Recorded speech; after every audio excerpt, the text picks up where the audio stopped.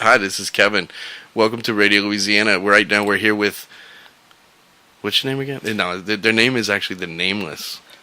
Yeah. I like that name because it like puts you in some really interesting spots. We're gonna find out. It is fun. Hi, Nameless. Hey. Hello. Everyone speaks at the same time. Okay, 1, 2, 3. Hi. Hi. Hi. Do it again. 1, 2, 3. Hi. They listen to everything that one guy in the Nameless says, and then they do it.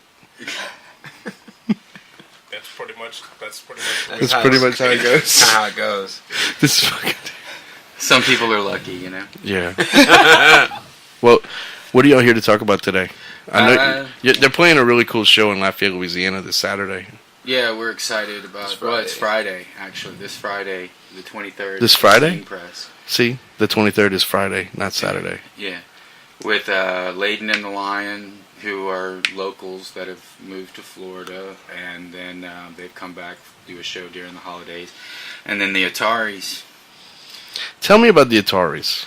The Ataris, I mean, their biggest hit is a cover. They did The Boys of Summer, which was a Don Henley cover, and then they have this really good song called The Saddest Song, which I actually really like that song. That was one of their other big hits. It's just two acoustic guitars, but it's, you know, that pop punk style. They're a pop punk style band.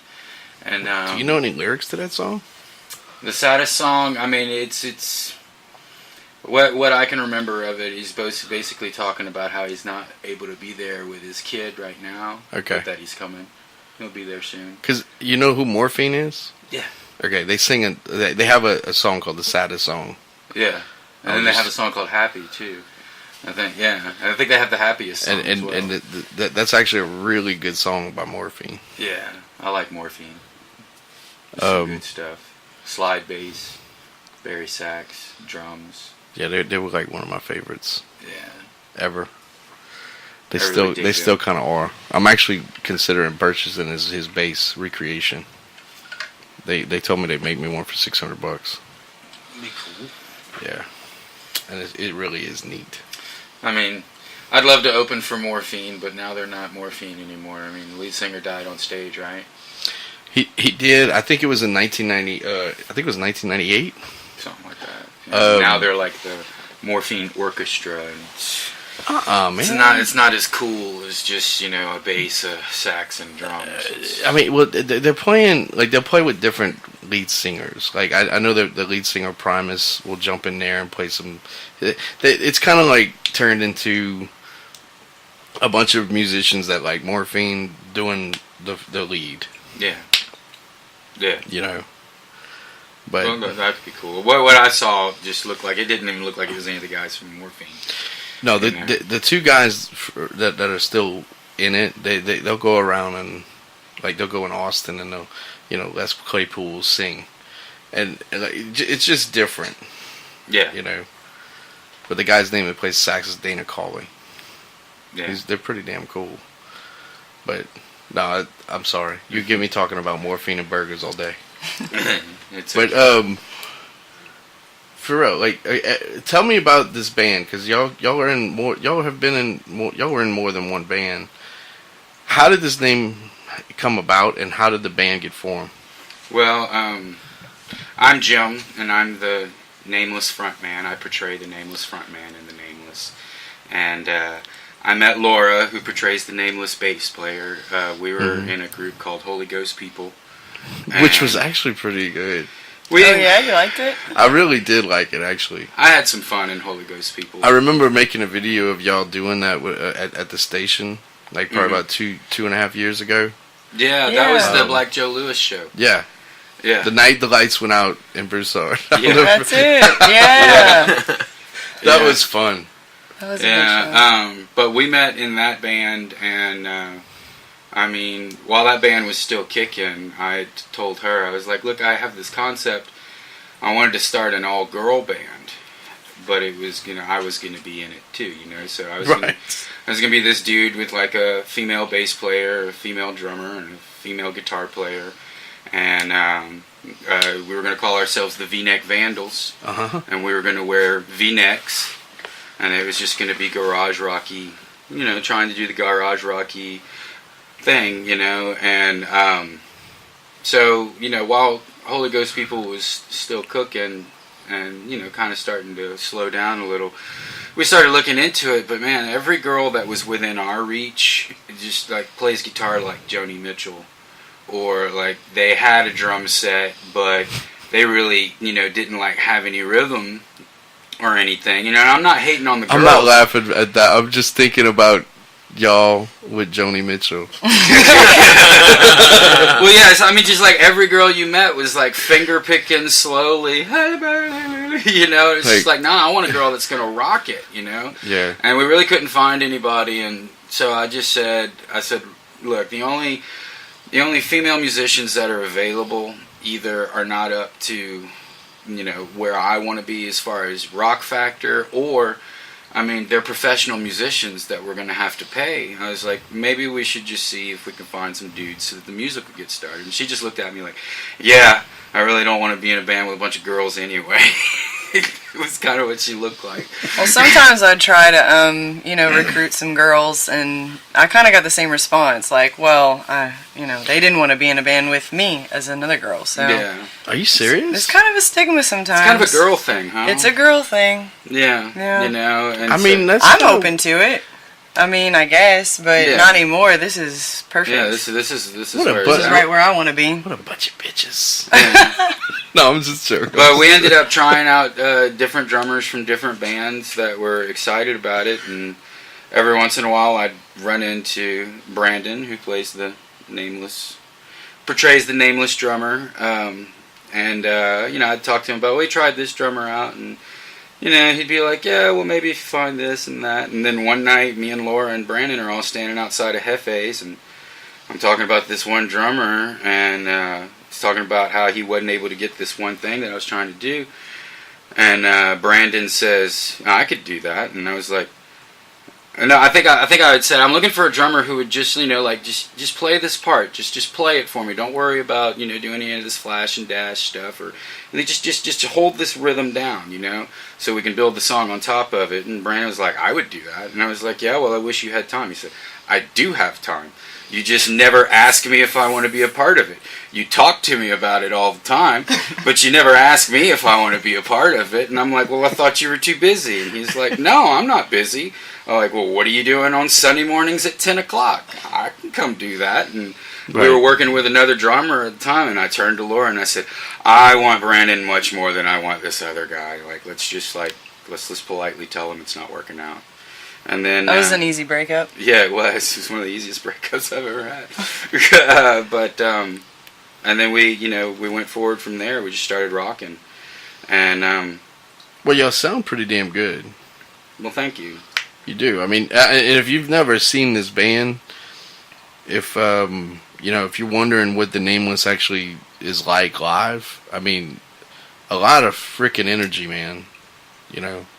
A lot of energy. Brandon, y'all are interesting because y'all are really toned down and shit. Y'all are like quiet, and all of a sudden y'all just like get on the stage and y'all turn into fucking crazy. Well, that's when we're playing. I think that's great.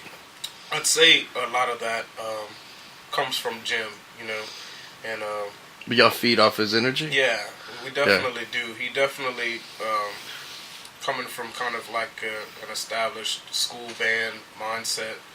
I kind of always look to that drum major or that conductor and just kind of feed off of his or her energy and the dynamics of what they want you to do at certain times.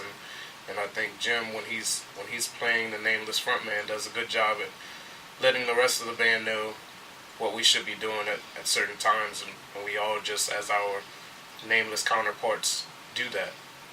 And we try to do that well, and we try to get the audience to be as energized as we are. Well, y'all all seem to get along too. We've got a really great personality dynamic. Forrest just joined the band. Hi. He portrays the Nameless guitar player in the Nameless, and he's that last show you saw. Well, I'm gonna tell you what I like about y'all. There's something for everybody. There is a little bit for something for everybody. You know, We're kind of like we're kind of like Rudy's kids, Rudy's friends on the Cosby Show. You know, there's one of each of all of us. You know, we've got a middle-aged white guy.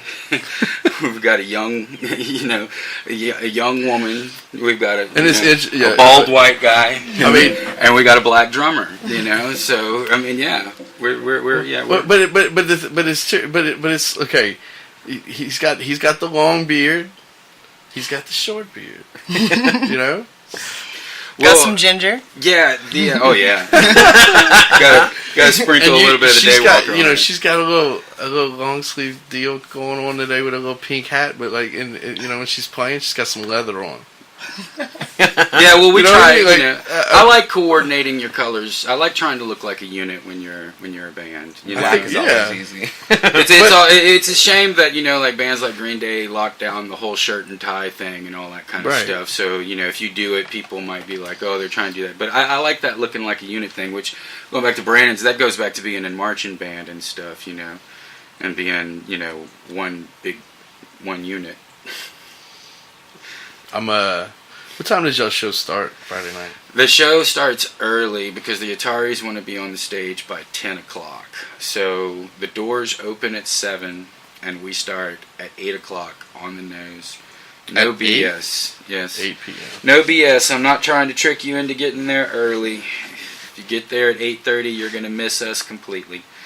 And then after us is Layden and the Lion, and Ataris want to be on stage by 10 o'clock. Okay. I have to, actually, do y'all know anybody that can't go to the show because they can't buy tickets or anything? I will let you know if there's somebody. Those people usually tend to show up right when I'm about to walk in the venue. Let me know, and they don't let me know in advance. I have to buy 3 tickets, and 2 of them I'm giving them away. So Word. So I still didn't forget about that. Yeah. Yeah. Nice. I forgot about a lot of other things this week, but I didn't forget about that. But no, guys and girls, let's play a song. All right. All right. Tell me about whichever song you want to play first. This is Alarms, and this is a song about unrequited love. That is 6? Yeah, right? track I'm 6. Just making sure. Anything about the song before we play it? Like, how did it get written? How did it go? Actually, the chord stories? Progression I wrote when I was 16 years old, but it was much slower and more acoustic oriented, and I just kind of changed the rhythms and decided to put the capo in the 2nd fret and played it the same way I always did, but just changed the rhythms a little, and then the lyrics just kind of came to me with something that I was dealing with in a situation of unrequited love. And it's a song about having feelings for somebody but not telling them about it because you don't want that awkwardness if it's not returned, and you don't want to lose the friendship, so you just kind of keep it to yourself and let things cool down. You could always put it on a t-shirt. That's a lot of words. Iron-ons. It's a lot of ironing. And then kind of get nervous with it and kind of get roller coaster with the and then words. burn yourself because I tried to iron it on while you were wearing it. I have actually done that before. Oh, Lord. I believe you. I have. You ever brush your teeth and you get a little bit on you and then it gets wet and you get the iron and burn the shit out of yourself? Or a hair dryer? I've done that. Or a hair dryer? I'm that guy.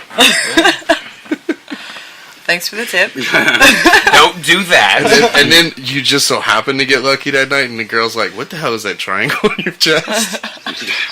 I like to get freaky, bro. Don't get the fun? iron, girl. Oh, well, I kind of burnt myself with the iron this afternoon. Brushing my teeth. It's really hard to equate those two things together. As we an iron while I was brushing my teeth. Well, I was brushing my teeth and a little bit of the. No, I understand. You already explained that part, but I'm just saying putting those two things together just sounds hilarious and painful. Well, I mean, you go when you burn yourself. It's kind of crazy. Let's get into Alarms from the Nameless.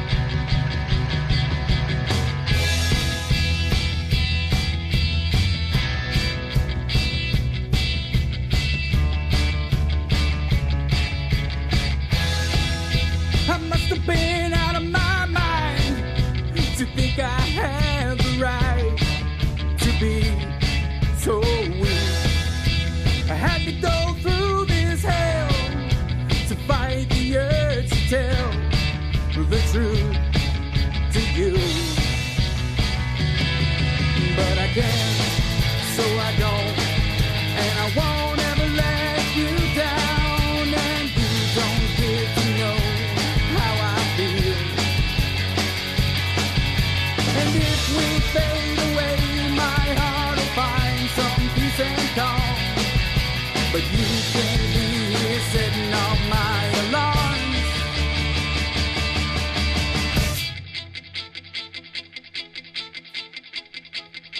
I must have been out of my head to think we were more than friends or friends at all. I had to go out of my way to find the words to say it's all my fault. But I can't, that's why I don't, so that I won't ever let you down, and you don't need to know how I feel. And if these feelings fade, my heart will find the peace and calm. But you won't be here setting off my alarm. Unrequited love, or one-sided love, is love that is not openly reciprocated or understood as such by the beloved. The beloved may not be aware of the admirer's deep and strong romantic affection, or may consciously reject it. I can't, I won't, so that I don't ever let you down, and we both know you know just how I feel. And if we fade away, our hearts will find the peace and calm, and we won't need be worried about these alarms.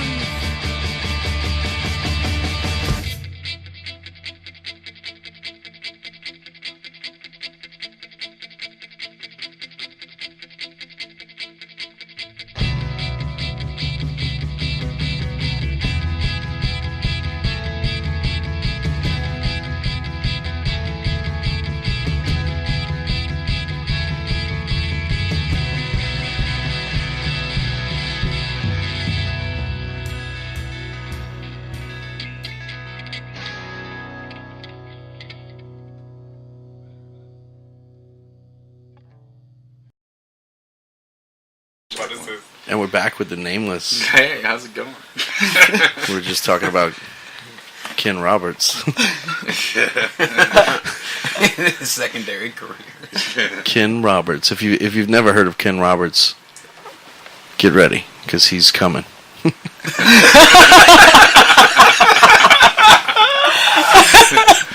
Yeah. He's coming all over the place very soon in 2017. Oh, Lord. He's As soon not. as it gets set up. He's not joking. In case you didn't catch any of that, Ken Roberts was the guy who recorded us at Multibus Studios, and that was a rough mix of alarms.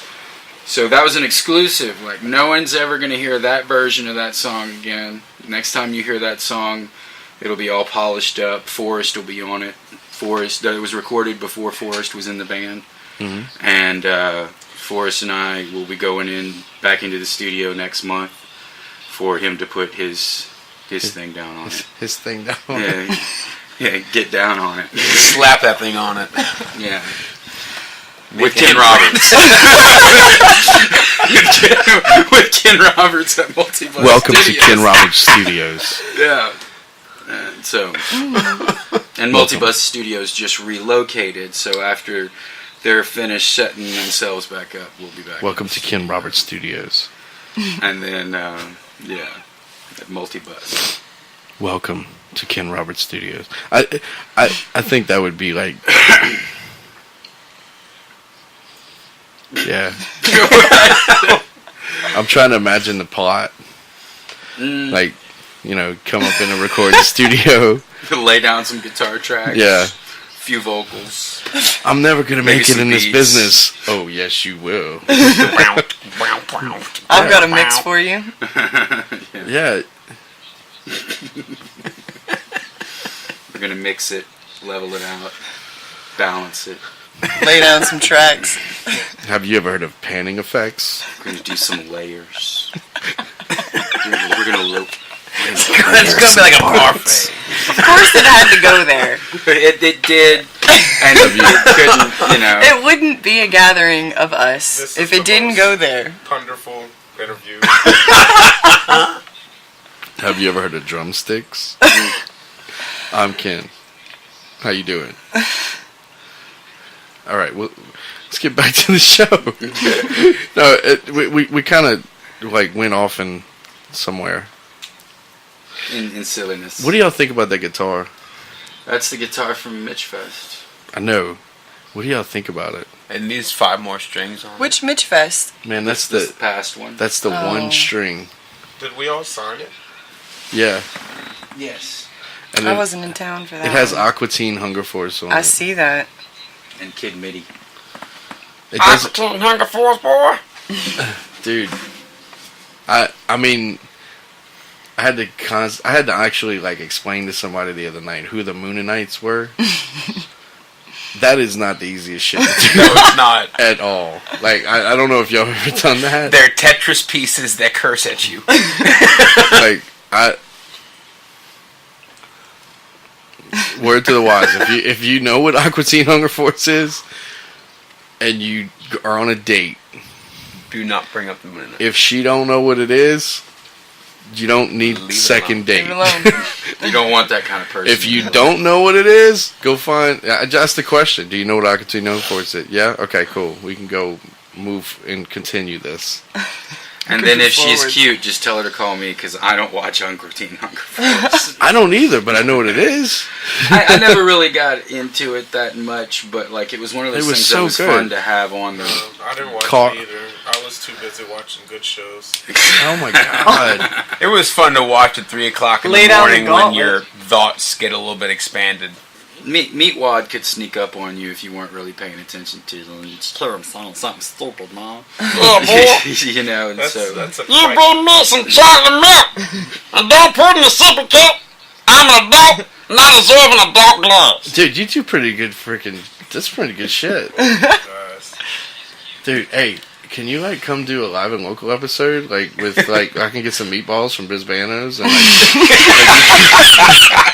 we can get some fries. I can do fry lock. And like we can get like somebody to like hold like some hairspray and light it, and like Frylock can like shoot the fire through his eyes, and then he can just catch on fire, and then we're like, dude, the technical difficulties or something. That would actually be kind of fun, It sounds like fun. dude. You sound just like him. Thank you, boy. is that it? You Playing practiced this. You should sing a song like that. You should do Christmas with me. Oh, holy Meatwad Can you voice. do it? I'm not going to try right now, but I'm sure I could if I worked on it. I mean, because that voice will make you build a huge loogie in your. Oh, yeah. And next thing you know, like, because I mean, You'll it's the pop same a thing crust. for the Gollum voice. Kind of too. like Ken Roberts is coming. No, I don't know anything about that. Ken Roberts just recorded. He's the coming record. strong in That's all he did. 2017. He recorded the record. He's a friend of ours So at Multibus Studio. let me tell you guys, this show that we're playing on Friday at Steam Press in Lafayette, Louisiana, Friday the 23rd. Y'all know Steam Press's Eddie. address? So it's opening at 7. Let me tell you about the first time I heard the Ataris. It was 13 years ago. I was a freshman in high school, and I heard this song called "In This Diary." Yeah, that was the other song. And Yeah. that was. I still have that song. I still play that song and listen to that song.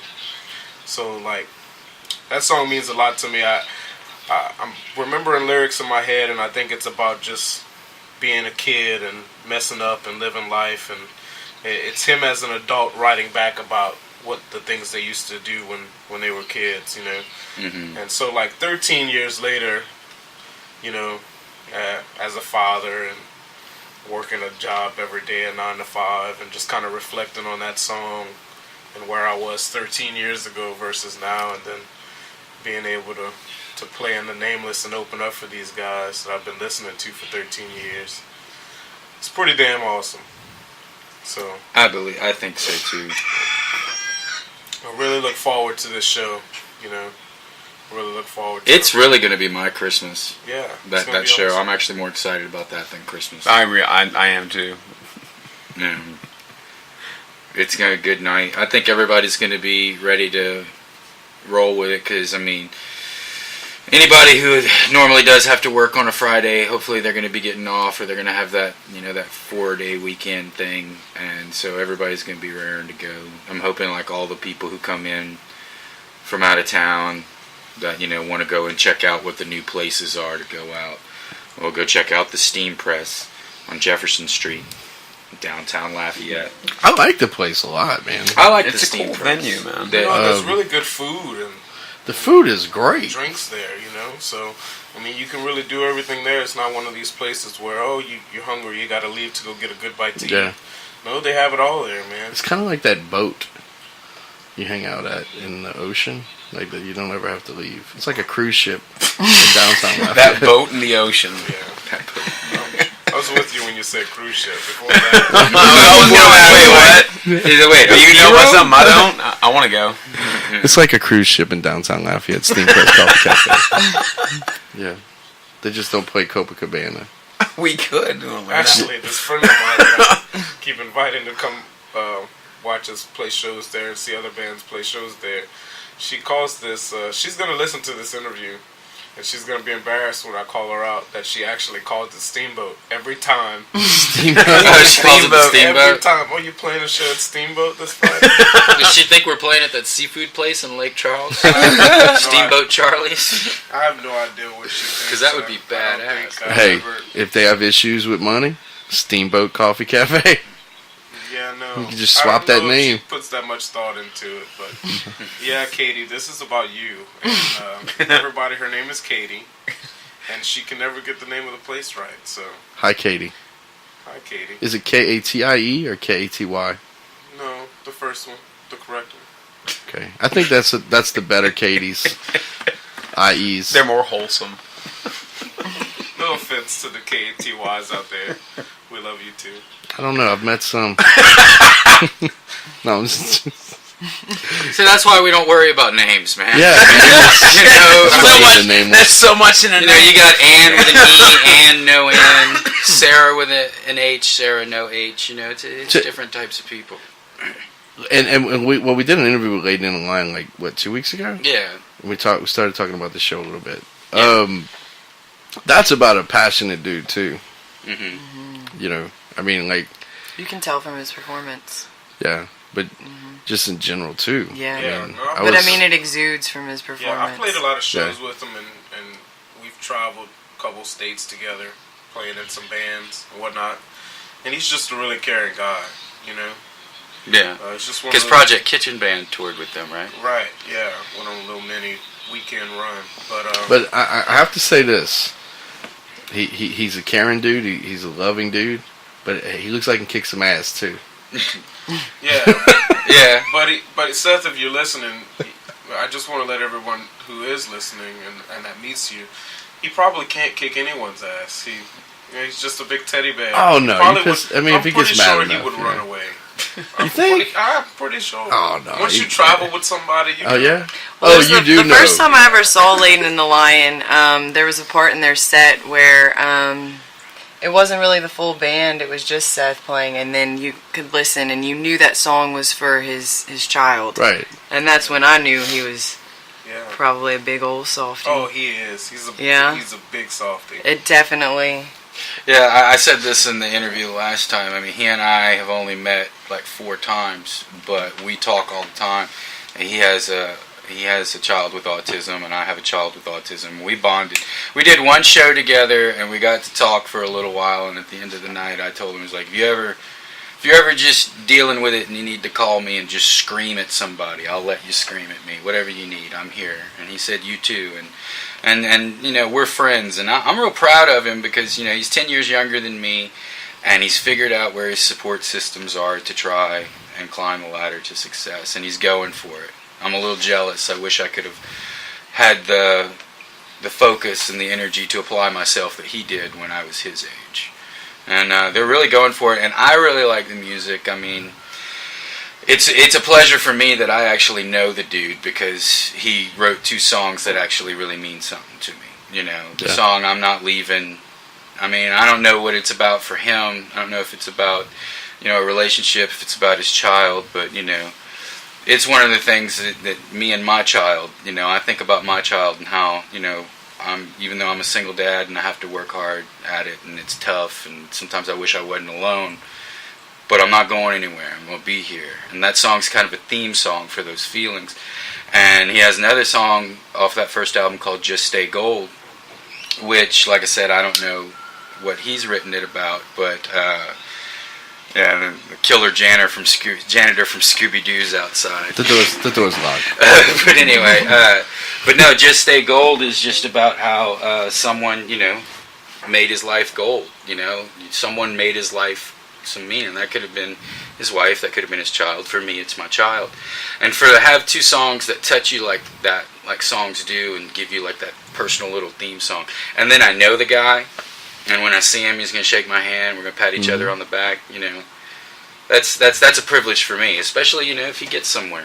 You know, I'll be like, hey, look at him. I remember I used to do shows with him, and not only that, but he deserves it. He does deserve it. And you look at him, and you don't expect that voice to come out of him when you look at him. You know, you're expecting something else, not even anywhere near as good as his voice is, and then he just belts it. Mm-hmm. I'm actually really looking forward to the show. I mean, other than opening for the Ataris, I mean, yeah, that's cool. And, you know, getting to do a show for that many people and in that kind of, you know, situation, that's fun. But I'm excited that I'm going to get to see a Layden the Lion show. I hope I'm not tied up with all my gear outside or anything like that. I hope I can come in and support. Well, another thing, I mean, he was a big driver of actually bringing the Ataris here. So, oh yeah, you know, he's paying for it out of pocket. Yeah. Anybody that listens to this, you know, if y'all really want to know, you know, should I go to a show? Yes, you should go to this show and support 3 really awesome bands. I feel like that was like the perfect like introduction to Legend. Yeah, sure. So, tell me about Legend.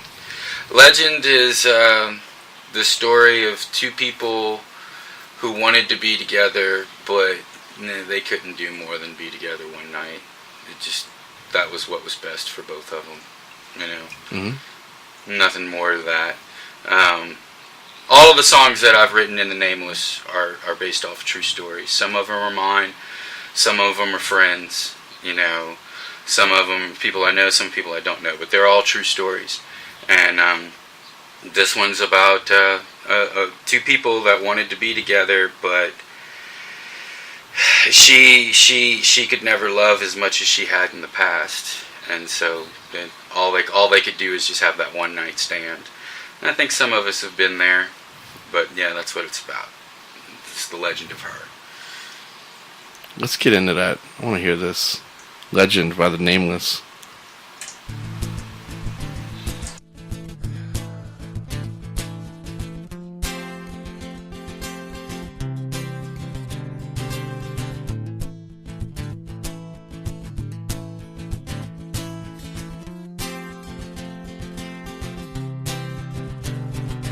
She was listening, he was wishing.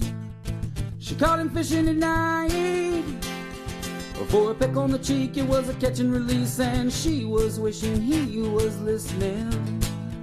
She kept him over at night, and at the break of day, well, she ran away, yeah.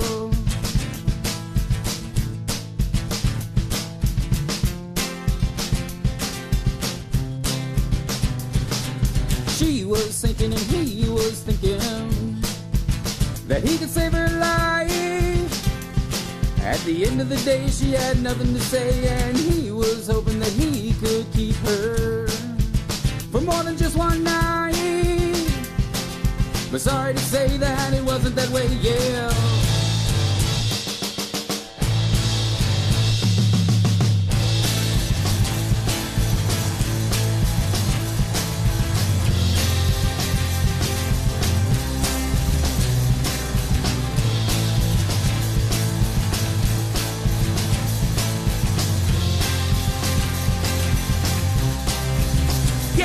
yeah, barely surviving. She's just trying to get it right. She was hoping that she could keep him only just one night.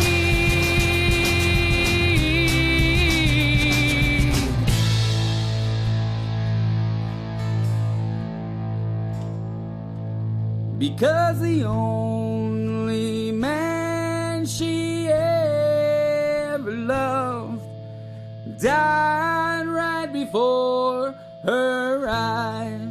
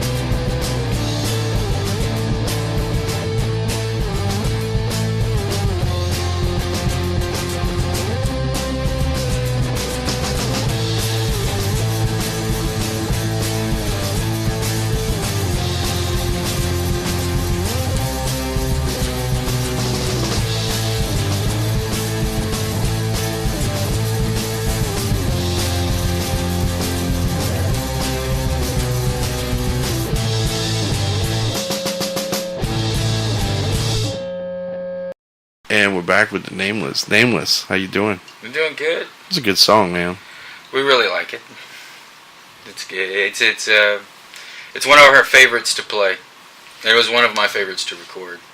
Because, I mean, we don't always get to put that acoustic guitar. I mean, live and acoustic guitar isn't that easy in some of the venues. And we were able to do the acoustic. The song was written on acoustic guitar. So for it to be in there, I mean, I think the acoustic is part of what really drives it. Mm-hmm. And then what I like about it, you know, if you're really a fan who's paying attention to the difference between us live and acoustic, it'll be one of those people who'll be like, oh, live it drives, it's much heavier live, and they actually play it a little faster, and it really pumps more than it does on the record. But that acoustic part, you know, those are the dreams I could have.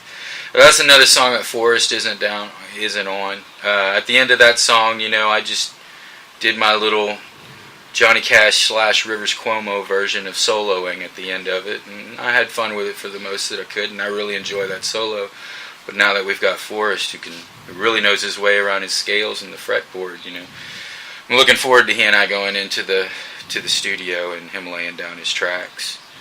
And so that, once again, that's another song that was a Radio Louisiana live and local podcast exclusive. Like, no one will ever get those versions of those songs anywhere else, because next time you hear them, they'll be mixed, mastered, and polished.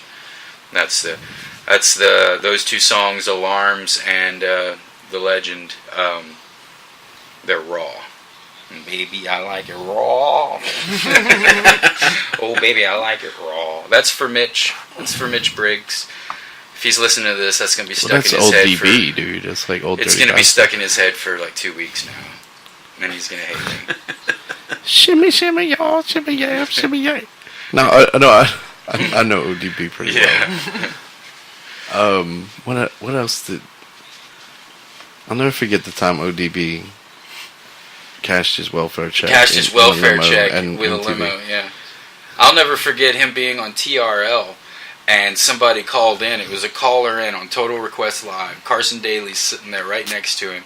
And this woman's just like, well, I have a question for Old Dirty Bastard. Like, now that you have all of this success, what are you going to do to give back to your community? And he's sitting there. He's not even paying attention. And he goes, what, who, me? Nothing. And everybody in that whole place, like, they all just died laughing. Because, I mean, was it, you know. His name is Old Dirty Bastard. Or there was the MTV Awards show that he showed up to late without rehearsal, and he didn't know where the pyro was. And if it wasn't for like one of them, I don't know, I'm only familiar with ODB, Method Man, and Redman, but one of them like just pulled him out of the way, just like right as he pulls him out of the way, pyro goes up in the air. Almost got James Hetfield in it. Yeah.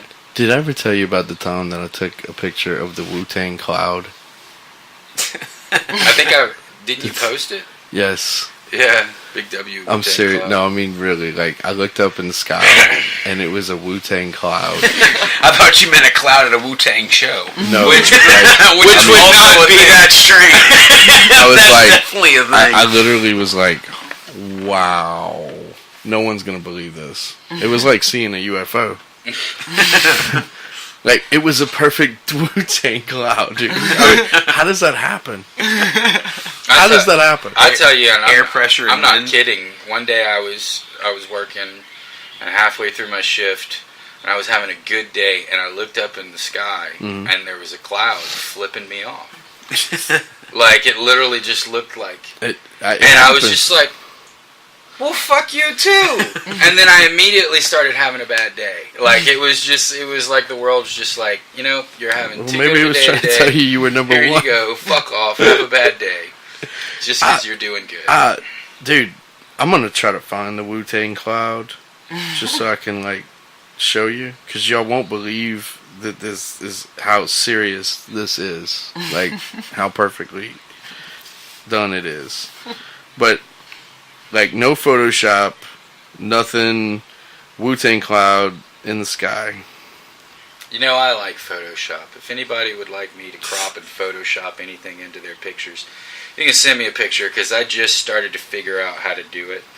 And that was what I used to design our Nameless t-shirts, which you will be able to buy and purchase just in time for Christmas, exclusively at our show, opening for the Ataris and Layden and the Lion at the Steam Press in Lafayette, Louisiana, on Friday, December 23rd, 2016. Hi, I'm Jim. I like Photoshop and walking around Girard Park. And photoshopped pictures of walking around Girard Park. I was a little afraid of the Nutra, but now they're taken care of. No, they used to have some Nutra at Girard Park. Got some Nutria in my neighborhood. That's Tell because you me. live by the river. Uh-huh. Tell me your inside, deepest, darkest thoughts. You don't Nameless want to know guitarist, that. You don't want to know that. That's scary. as he's sitting over there biting some nails. You might have to pass that through the filter first. No, man, You think? No, you don't want to know my deepest, darkest secrets. I can give you the surface, though. Have you ever like made like a hand gesture of UL? Have you ever done that personally? Oh yeah, he's doing it now. Like that? Yeah. Yeah, I've done it Okay. before. I mean, These like are things the L, I like like to the ask people. The shape of an L, or are you 'Cause some actually people- talking about doing like the... No. Some people won't do that, and some people think it's a gang sign, and some people think it's like horns at a metal show. You know once. Right, because that's kind of what it is. When I see Hudspeth doing that, I'm like, does he listen to metal? Wait, so somebody's doing that now? Somebody's UL letting fans. That was a UL thing. It's been a I thing think that for a long I time. really think No, that's I didn't like know a. that. I'm Oh not- yeah, since I was at least a freshman. I mean, I'm not much of a football person. That's also sign Oh, language. well, we do it at the baseball games. Sign language for... That is a Wu-Tang cloud. That is a Wu-Tang cloud. Solid. They are speechless. I should tag ODB in that, dude. Like look. I don't think he's gonna see Are you it. serious? I don't think. Yeah. Are you serious? Yeah. That happened in Lafayette, Louisiana. It's the only time Wu-Tang ever came. She goes, that is a Wu-Tang cloud. But no, I mean, really, like, Hudspeth. Do you think he's going to be at the show? Doubtful. Because No. he's It'd be such a cool, metal though. fan. I'm surprised nobody's taken him doing the UL thing and put it on a poster, like a metal poster. And I memed Like, it out. you know, Well, you see, this is the sign of the devil, right? But then this is the sign of the devil with buck teeth. when you with buck teeth. when you move the thumb and put it out to the side, it's the devil waving at you with buck teeth. Or an aardvark. Let me see the aardvark. The same thing. Wow. My fingers are crooked now. I don't have this. I don't have my metal fingers anymore. Metal fingers? I guess I have my metal hand. Oh, The rock okay. I lock? thought you meant like you Yeah, broke the your rock finger and you lock. got that Rock lock. that thing. It's called the rock lock. That's what I No. That has to hold your finger straight. Oh no. When you jam, when you. Yeah, I thought that's what he meant at first. Metal fingers. You know, you put those things. I always feel sorry for people who I see with those because you don't realize how much you appreciate being able to bend and roll up your fingers until you can't. Oh, right. And there's people just walking around just like accidentally poking everything in existence. Just like, ah! It's like popsicle sticks with duct tape. Yeah. It's true. I've seen it before in New Orleans. Welcome back to Love Line. Let's take a caller. That would really. Let's see if get your friend that used to go to the show to call up and tell us a problem, and we'll fix it. The Nameless will fix your problems. Give us a call at 337-322-1560, and we will absolutely fix. We will try our best to fix any problem that you might have. Give us a call right now. We don't mind. We're here, ready for you. So this does broadcast live. Yeah. So we're live. We're live right now. All right. Well, Let's see what kind of relationship he advice just gave we can his give Mitch number to a Briggs. whole bunch of people, so pretty much anybody can call. Oh, they can call me right now. I'll put them live. Somebody from Germany. Call. If they call me, I will accept the charges. For like a 2-minute call. What's that? For like a 2-minute For like call. 2 minutes. Be like, all right, you got 2 minutes. That would actually be really fun. It would be great. That would be fun. We should do that every week. The band gives you relationship advice. Yeah. That would be I would fun. listen to that. Oh, we're doing it. Hey, if doing it. anybody wants me to You have break any up with somebody Yeah. for them, I will. Like, they can say, hey, I need you Like to break a- up, and I'll call them on air, and I'll be like, Like a breakup. you know, like things in single life are less complicated than being in a couple. like a breakup gram. Yeah. Not breaking up with grandma. Breaking up with your significant other. Breakup gram. break it, Graham. It's the next $1 million idea.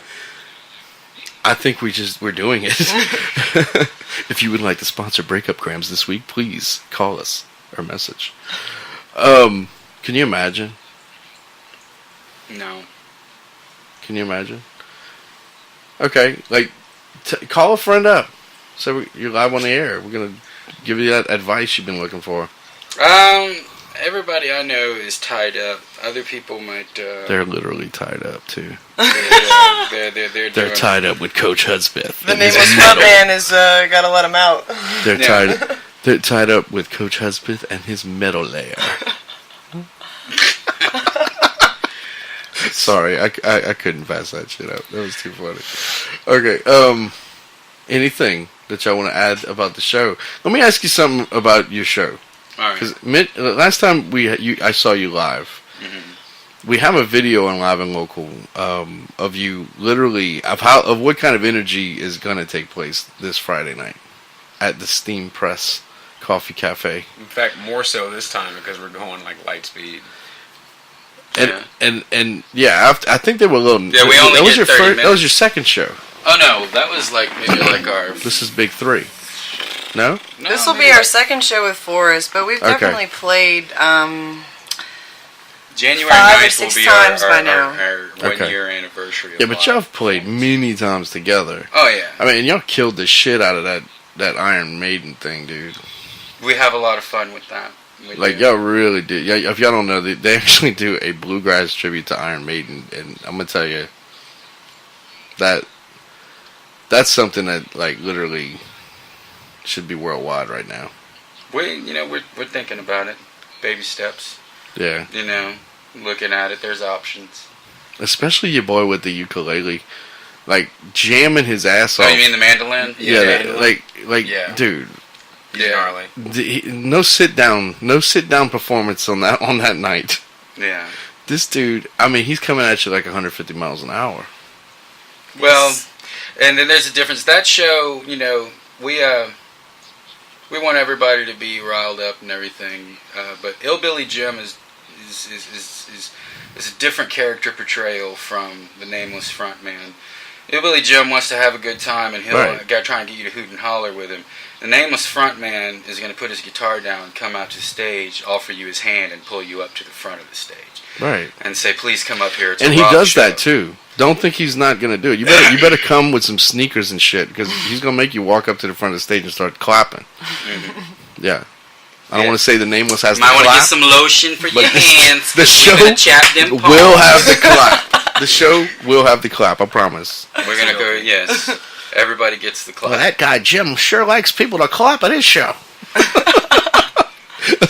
I'm telling you, like, he's going to make you clap. You better get your ass ready. And, I mean, it's a lot of fun. It's really a lot more fun now that Forrest is in the band, because I can put the guitar down and I can run off and I can do all that crazy stuff, you know, and rile everybody. But clearly you like doing that. Oh, I love getting everybody involved, you know. Yeah. One of the best compliments that I got about Forrest being added to the band was that you let the Nameless frontman be the Nameless frontman, you know. He needs to run off and rile everybody up, and he needs to have his hands free. And so now it's a full sound that doesn't leave, and all those things are more possible. Right. You know, I mean, I get a lot of compliments about it and everything, but my answer is always, I wouldn't even be able to do it if they weren't holding it down behind me. I mean, they're just sitting there, you know, holding it down. I mean, if they were back there just like tinkering on their stuff, then I would just be some dude running. They'd be like, they didn't do anything. They just kind of stood there for a little while, and the lead singer tried to get all of us, you know. But since the music's still pumping, and, you know, and we're going, and I like shows like that. I like a show that goes from song to song to song. I don't really particularly like to sit there and watch you tune your guitar, you know. And if you need to tune your guitar, well then, in one of the bands I'm in, well then it's going to be part of the show. Like something else is going on, so you can go over there and tune that thing, you know. And we rehearse it, and it's like Brandon was saying earlier, it's like being in a marching band, you know, and like all these parts, and be here when you're supposed to be here. And if it comes off with people thinking that we did it off the cuff and it was all improvisational, then awesome. If they come up, I've had people go, man, y'all put on a good show, but y'all rehearse that stuff, don't you? I'll be like, yes, of course we do. You know, I mean, a lot of the times, a lot of the good stuff that you see at shows has been done many, many, many times before you see that one performance that's just radiating, you know. So, we're looking forward to it. I look forward to it. How many times do you practice a week? Once. Well, Laura and I practice twice. Okay. Because we're in both bands. So on Sunday mornings at 10 we practice with the Nameless, and on Mondays at 5 we practice with Iron Maiden. And so every week. Every week. Yeah. Every week. And you're a teacher. And I teach school. Okay. Do you kids know anything about this? They do. What do they think? Do. For Halloween this year, I wore an Iron Maiden shirt to school for Halloween because, you know, you can wear your jeans. Uh-huh. And so a couple of kids recognized Eddie, but they recognized that it didn't say Iron Maiden, it said Iron Maiden. So they were like, what's that? And I'm like, oh, it's this great bluegrass band that does a tribute, you know, so... A few of them were they were interested in that. I know they did some YouTube looking for some old videos. So they came back like, I didn't see, you know, you in there, Miss Crater. But if they see my video, they will. She got the chin all out and everything. I mean, right? I mean, I came in to fill some shoes. I can't miss that on a video. I love watching her head bobs as she switches like that. It's that's all I can. I can't think too much about doing anything else. Otherwise, I'll lose rhythm. Call that the funk chin.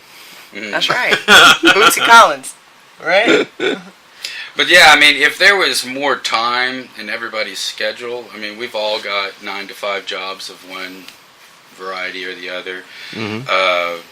Actually, Laura is the only person who doesn't have any children. I mean, Brandon and Forrest and I all have kids, and so those jobs and all that time that you have to dedicate during the week is what funds us being able to get together for 2 hours at 10 o'clock in a non-climate controlled storage shed. You know, I mean, then we do it. We're out there. We're some troopers about it, though. We were out there when we were out there. Sweat one week. Sunday morning. last Wednesday. But when was it so? It was cold. cold on Sunday morning. It was so. By the end cold. of practice, I could not feel my feet. Everyone was sniffling. I know that it was cold because I kept my hoodie on. See, this is what I want to. I want to do this on Live and Local. I've been wanting to see if you want to come to a practice. Dude, I want to do that. I don't want to give that's away what I would the name rather of do. the facility, but there's a facility where a whole bunch of bands practice, and I don't want to tell them. I know where it's at. Security reasons, but I know where it's at. Well, a lot of people do, but I don't. The want to be Nameless that guy. Land. Yeah. We said we can act like we have real security and like going into like Dude, a maximum security prison. I want to put on like a little 20-person capacity show out there.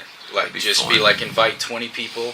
Oh, they come in a white van. Just have them show up and they stand right in Call front it of the our white shed van and we tour walk. instead of the Vans tour. There you go. Yeah. You know. I can. You know what? I'll even rent the van. I'm serious. Pile them up. Getting a white U-Haul van for $20 a weekend. I'm just. Or does Dude, anybody that got would a be trailer where you fun. Put some people in. That would really be fun. The only thing about that facility that we practice in, I mean, bands have been going out there and doing that for 20 years. Probably as long as that facility has been around, bands have been going there, and it became a problem because bands were going out there and they were putting their band stickers on the front of the sheds. They were leaving their cigarette packs, cigarette butts, their beer cans, everything, all their trash outside. And so the facility ended up being like, all right, he was like, you look pretty young, or you come in there with tattoos and a beard and be like, what are you getting this shit for? But so that's why I feel the way I do about the security. But man, there is a great story out there of just how, I mean, there'll be a band in one unit and they're practicing, and then between songs they hear another band and they take a break, and so they go walk down there to go check it out, and then they meet those guys. And then next thing you know, there's this little rapport that might be established because, you're sitting there waiting for everybody else to get in your band, so you go knock down there and go talk to the guys. And, there's a lot of new bands out there, but I remember bands like Vertigo Sun were out there, Matt Rock and the Powerbox, Transmission used to practice out there, By Moore practiced out there, Did you just say Bob Moore? By Mora. Oh, okay. Yeah, by Mora. They all practiced out there. And I've always wanted to go out there and cover that. That would be a good, like a little good show to, but... What is going on with this cord? I keep kicking I'm trying to fix it. No, don't worry about that. that. big Ronald McDonald skis. What's the name of that? Mogami? What's that? You can't break that. No. Yeah. Mogami or whatever it's called. But yeah, no, all those bands out there. I mean, it's dude. I'm serious. I would literally do that. I would. I think that would actually be fun. I would want to go on. Like give 20 passes away for the show. I could see something like that getting out of hand. Oh, I could see if that was something like that we friends. did, it would have to be like low key, like everybody, like say you invited 20 people, those 20 people need to shut the F up and we're all just going to go out there and have fun. Because with the right band and the put right bags people on their in heads so they can't see where we're going. That's probably legal. It is legal. It's perfectly legal. And look, I'm telling you, like, I've done it before. Look, I'm telling you right now. Look, I'm in on this all night, and we could even put some look, we can get like some really cool bags and put them on their heads. Get somebody to sponsor that.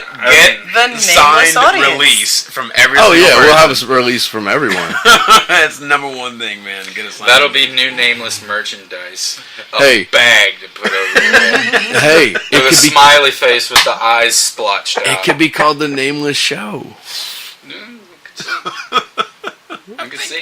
I think all of our shows. I'm telling you, it would be. We'd like, have to spruce up that practice spot. I don't know if I'd be willing to. Well, yeah, we'd have to clean it up. Yeah, we need some. But I was thinking Christmas bands lights should do that anyway. I mean, for some ambiance. You want to go get the coverage of these bands doing this. I think and it would then, be cool. I mean, you can use it on Live and Local, but then they can also go back and use it for themselves, Yeah. Like, I would love, we're not out of the sheds, but I'd love for you to come to an Iron Maiden practice and catch some footage out there. We're going to be trying to. I mean, work on that to me, it's like MTV. I mean, and I'm gonna be look, y'all don't realize the Miss stuff that videos. we have dealt with in the last 2 weeks on this Facebook shit.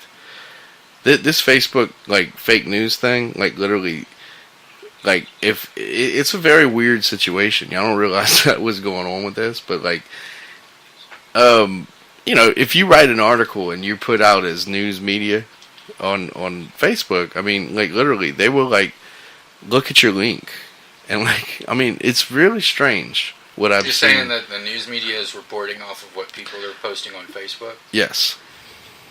and using that as their If they research think it's as not source. real, they won't let you post it. If your story is not real, Yeah, I mean, like if I dare somebody to tell me that a swinger didn't proposition me. I'll post this my Facebook. no, but no, I'll I'm post just whatever I want. as a link from a website. Oh, as a link. Yeah, from a as website. like if like the other day I posted a link. I had a second link in there. Like would not let me post. Would not let me post it. It's strange, man. Facebook has become the new phone. And To me, I call it the virtual video game. If there was a Matrix in this planet, it would be on Facebook. Because I mean, literally, it's everybody saying, you know, look at me, here I am, like the old Muppet show. Look at me, look, here I am, right where I belong. You remember that shit? The Broadway show? But, I mean... you talking about the Muppets Take Manhattan? Yeah, dude. I used to watch Dude, it all every I day. remember that from that is Bill, Phil, Jill, and Gil. Yeah. Bill and Phil and Gil and Joe. But I'm serious, like, you know, it's become a fake world. It's a whole nother reality of life. And, like, literally, I mean...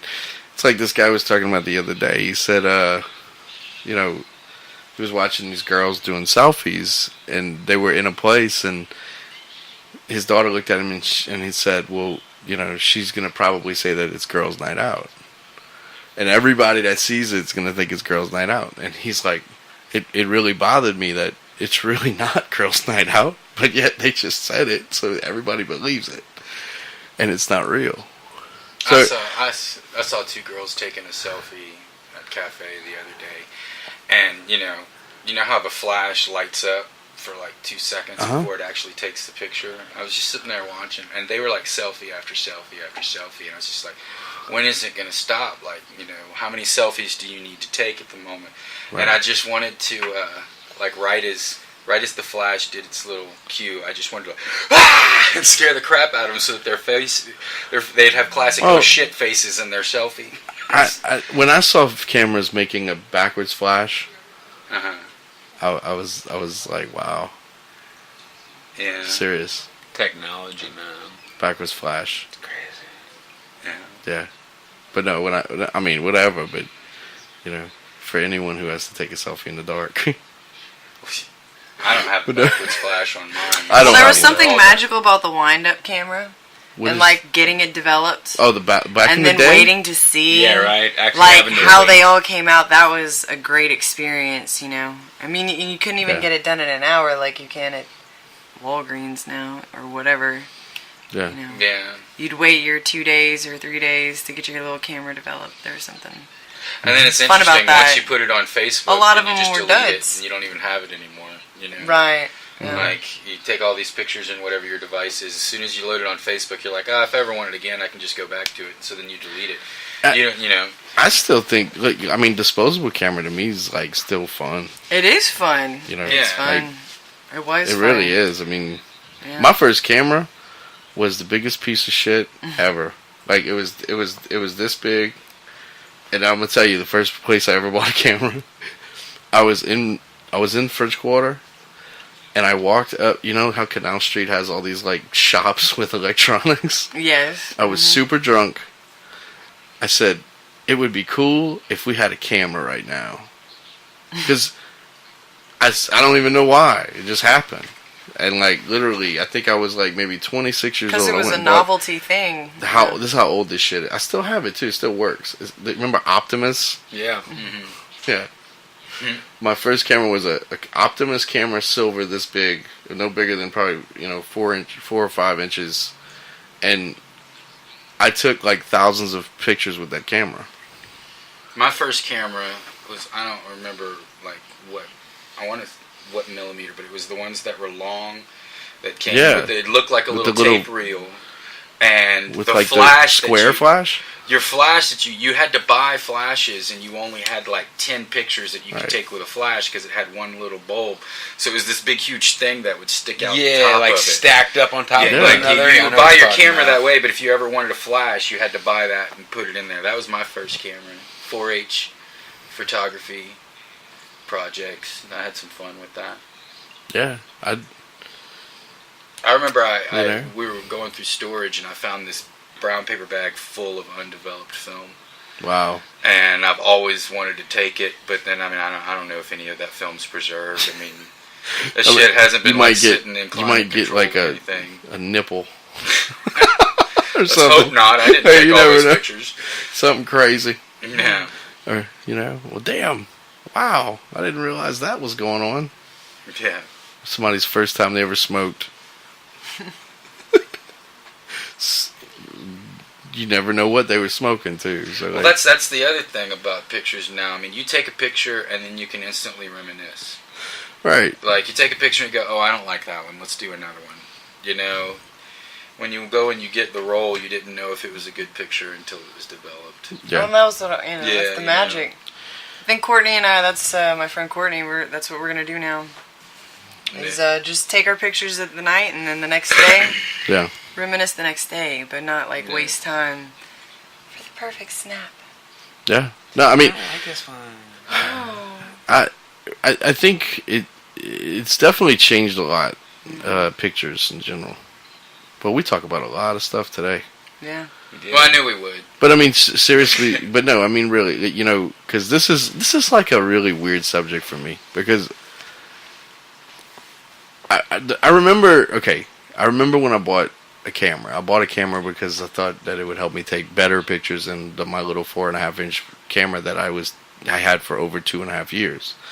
So when I see people getting these really big, big SLR cameras and shit for Christmas, and they've never had a camera, I always wonder, will they appreciate what it does? Mm-hmm.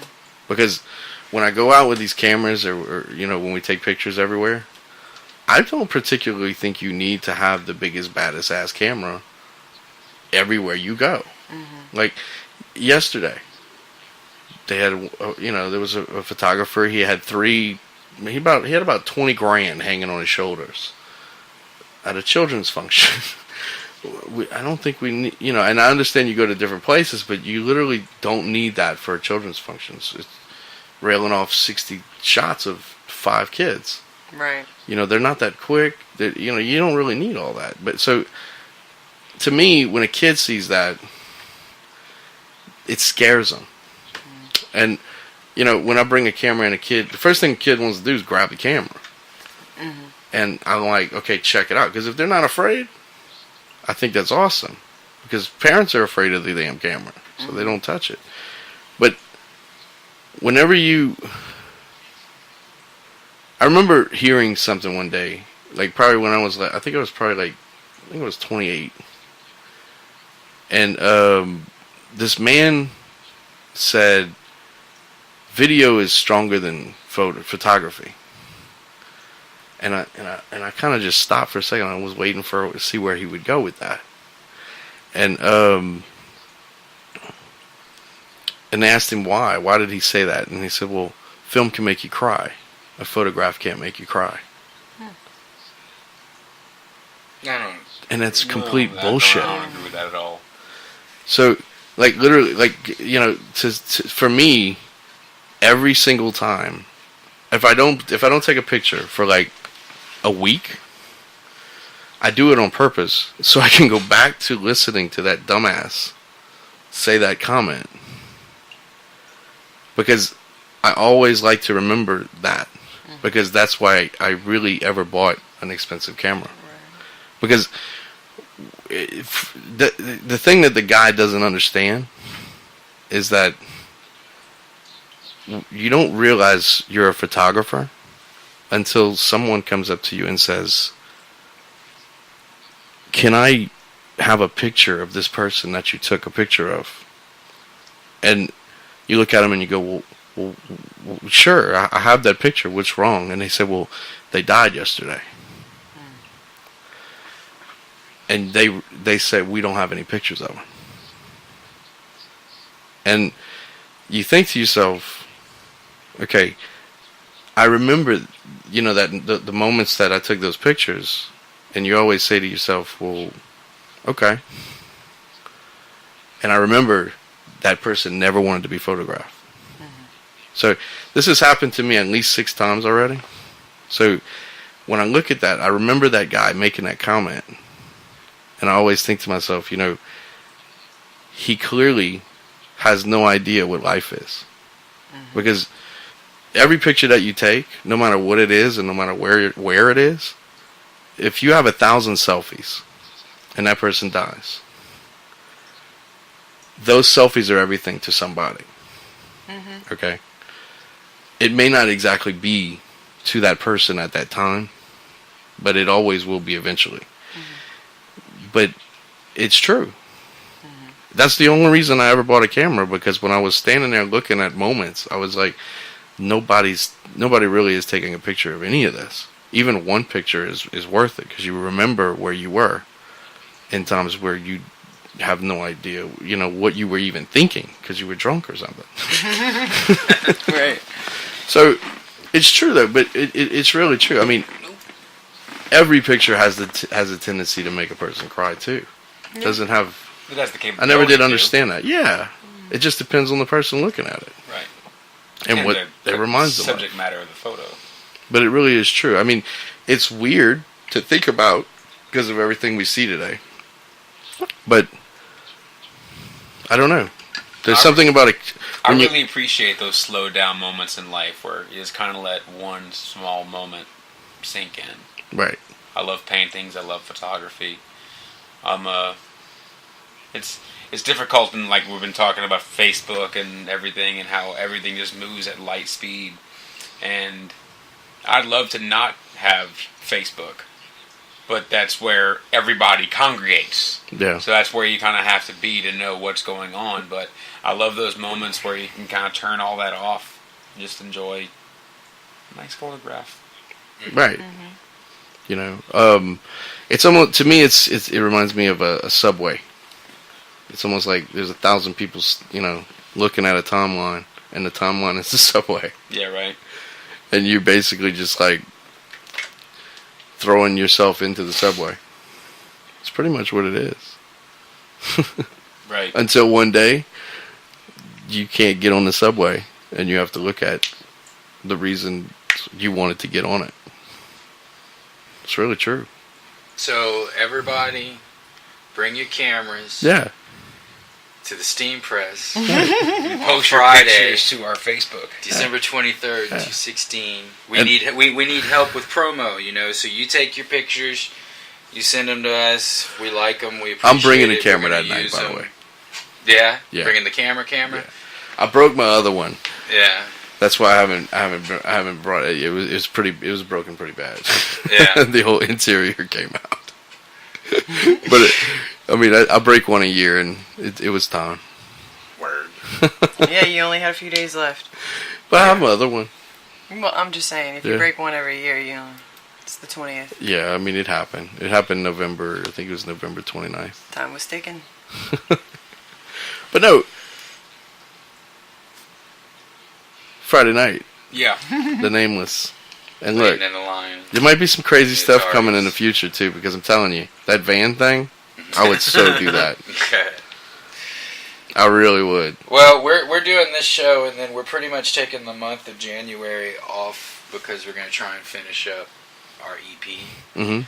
And try and find a date to have that released. But I don't think we'll be doing any other Lafayette shows until late February, probably around Mardi Gras. And then, we've got that, and then we'll have Mitch Fest in, the cover night for autism. We're going to do that in March, and then Mitch Fest in April. Mm-hmm. And so, yeah, we'll, it'll be a good show. If anybody wants to catch us, we're not going to be back until February. Yeah. As far as Lafayette goes. And they can go to Layden and the Lions Facebook page. It's Layden, by the way. Yeah. You can go to Live and Local because we've shared it at least 6 times. We're going to write something about it too for the weekend. And then we're probably going to find a couple of people that want to go to the show. And if you reach out to Live and Local, we will be helping anyone that wants to go to the show. We're going to have 2 extra tickets, so we don't Kevin have a is going problem. to buy those soon because they're selling fast. Yeah. I think the show's going to sell out. Yeah. I really do. The last I checked, we've sold over half of the tickets that we had. So there's gonna be a good bit of people there. But this isn't a show that's put on by a local radio station or somebody with a lot of money.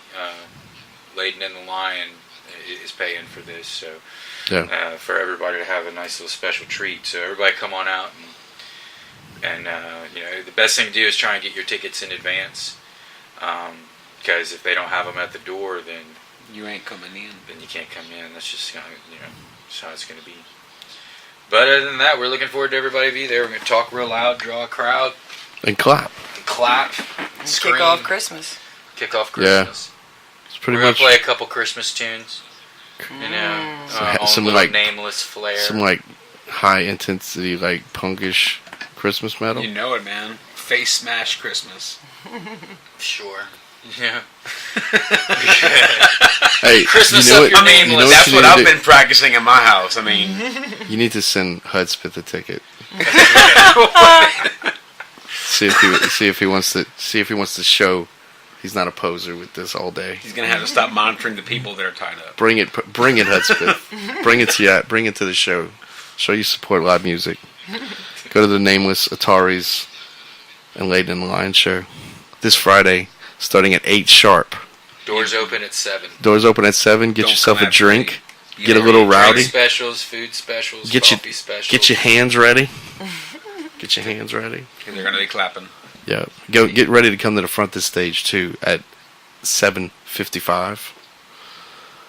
And just be prepared. I will gladly help you come to the front. If you're worried about you getting your shoes dirty, don't wear those shoes that you don't want to get dirty. Put on the chucks, man. Yeah. Dancing clothes. Cool. Thank y'all for being here. Thanks for Thank having you for us. having us. This is fun.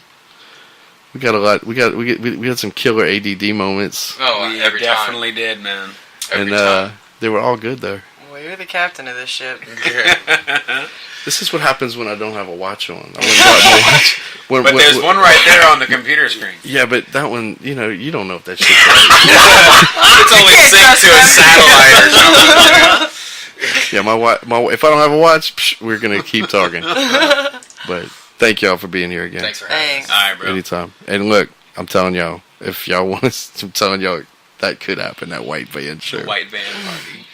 That would be so fun. Okay, have a good night, Radio Louisiana. Bye-bye. Bye. Bye-bye.